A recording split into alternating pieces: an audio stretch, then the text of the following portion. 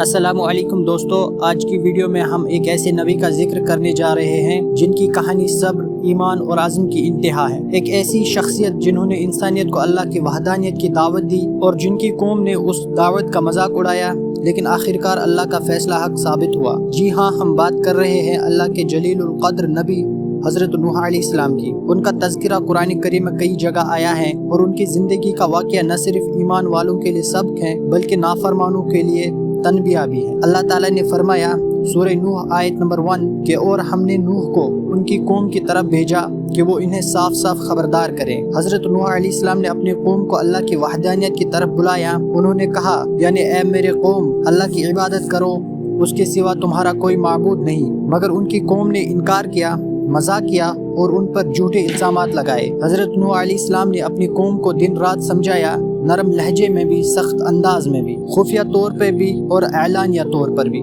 जैसा कि कुरान में आता है, ए मेरे रब, मैंने अपनी कौम को रात दिन बुलाया, लेकिन उनकी कौम कहती रही कि हम तुम्हें अपने जैसा इंसान ही देखते हैं। वो कहते थे, अगर अल्लाह ने कोई रसूल भेजना होता तो फरिश्ता भेजता, ये नूह तो हम जैसे ही हैं। हज़रत नूह अलैहिस्सलाम की तबलीग का अरसा कुरान में वाज़ेह तौर पर बयान है। अल्लाह ताला फरमाता है, वो उनमें से 1000 में से 50 साल कम यानी 950 साल रहे। जरा सोचे, 950 साल, इतना तवील अरसा किसी एक मकसद के लिए लगातार जदोजहद करना। ये सब्र की ऐसी मिसाल है जो तारीख में कम ही मिलती है, लेकिन इस लंबे अरसे में भी चंद ही लोग ईमान लाए। रवायात के मुताबिक सिर्फ 80 या कुछ ज्यादा अफराद ने उन पर ईमान लाया। कौम के सरदारों ने इनकार किया, बल्कि कहा, हम तुम पर कैसे ईमान लाए जब तुम्हारे पैरोकार वो गरीब लोग हैं जिनकी कोई हैसियत नहीं। हजरत नूह अलैहिस्सलाम ने जवाब दिया, मैं तुम्हें क्या कर सकता हूँ अगर तुम अल्लाह के बंदों को हकीर समझते हो। आखिरकार जब इनकार हद से बढ़ गया, जब जुल्म और शिर्क ने जमीन को ढांप लिया, तो हजरत नूह अलैहिस्सलाम ने अल्लाह से दुआ की, ऐ मेरे अल्लाह, जमीन पर एक भी काफिर को बाकी न छोड़ो। तब अल्लाह ताला ने हजरत नूह अलैहिस्सलाम को वही के जरिए खबर की कि अब उनकी कौम पर अजाब नाजिल होने वाला है। अल्लाह ताला ने फरमाया, और हमारी निगरानी और वही के मुताबिक कश्ती बनाओ। ये वो वक्त था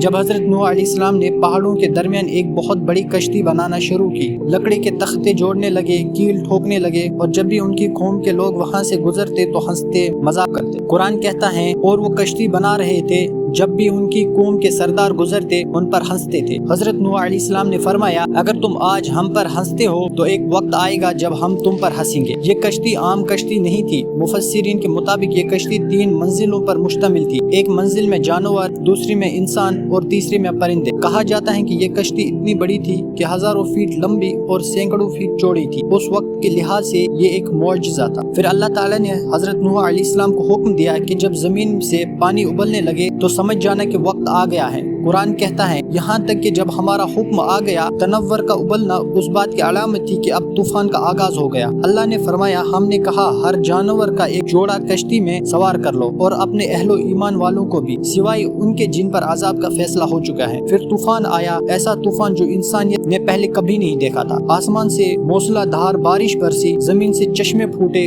और पानी इतना बढ़ा कि पहाड़ भी डूब गए। कुरान फरमाता है, और हमने आसमान के दरवाजे खोल दिए, पानी के झपड़ से और जमीन के चश्मे फाड़ दिए। कश्ती मौजों पर तैर रही थी और हर तरफ पानी ही पानी था। हजरत नूह अलैहिस्सलाम के दिल में एक दर्द था। उनका बेटा जो ईमान नहीं लाया था वो कश्ती से बाहर था। नूह अलैहिस्सलाम ने पुकारा, ए मेरे बेटे, हमारे साथ सवार हो जा, काफिरों के साथ न रह। मगर बेटे ने कहा, मैं किसी पहाड़ पर पनाह ले लूंगा जो मुझे बचा लेगा। हजरत नूह अलैहिस्सलाम ने फरमाया, आज कोई बच नहीं सकता सिवाय उसके जिस पर अल्लाह रहम करे। फिर एक मौज आई और बेटा डूब गया। जब तूफान ने जमीन को घेर लिया, अल्लाह ताला ने फरमाया, ए जमीन, अपना पानी निगल ले, और आसमान रुक जा। आहिस्ता आहिस्ता पानी कम होने लगा, जमीन खुश्क होने लगी और कश्ती जोड़ी पहाड़ पर ठहर गई और कहा गया, हलाक हो जाएं जालिम लोग। जब पानी खत्म हुआ, हजरत नूह अलैहिस्सलाम और उनके साथी कश्ती से उतरे। उन्होंने अल्लाह का शुक्र अदा किया। तमाम तारीफें अल्लाह के लिए हैं जिसने हमें जालिम कौम से नजात दी। हजरत नूह अलैहिस्सलाम ने एक नई जिंदगी की बुनियाद रखी। उनसे दोबारा इंसानियत का आगाज हुआ।